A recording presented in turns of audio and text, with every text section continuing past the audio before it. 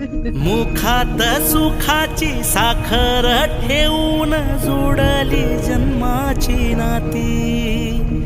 रामाच्या रूपात जपला माणूस मारुती रायाची छाती, वाघाची लिलानी कपाळी टिळा तू जेड अंधारासाठी,